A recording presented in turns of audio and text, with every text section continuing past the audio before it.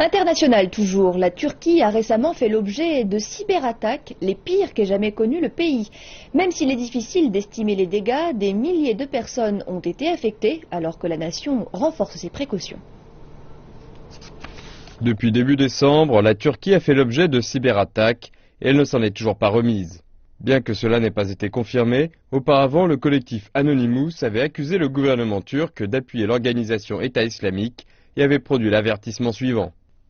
Cher gouvernement de la Turquie, si vous ne cessez pas de soutenir l'organisation État islamique, nous continuerons à attaquer votre Internet, vos serveurs racines de DNS, vos banques et nous fermerons vos sites gouvernementaux. La vidéo a depuis été retirée de la chaîne du groupe sur YouTube.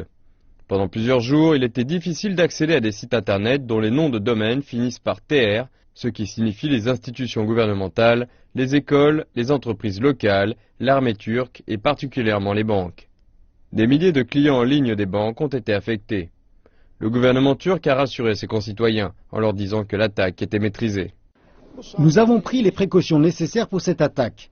En raison de ces efforts, jusqu'à présent, les effets de l'attaque ont été minimisés et neutralisés pour la plupart.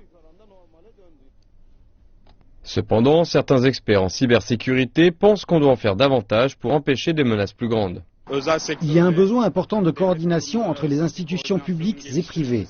Et mis à part l'augmentation de ses capacités techniques, la Turquie a besoin d'une approche multidisciplinaire qui intègre la guerre psychologique, la sécurité des technologies de l'information, le terrorisme, les relations internationales et les luttes non orthodoxes.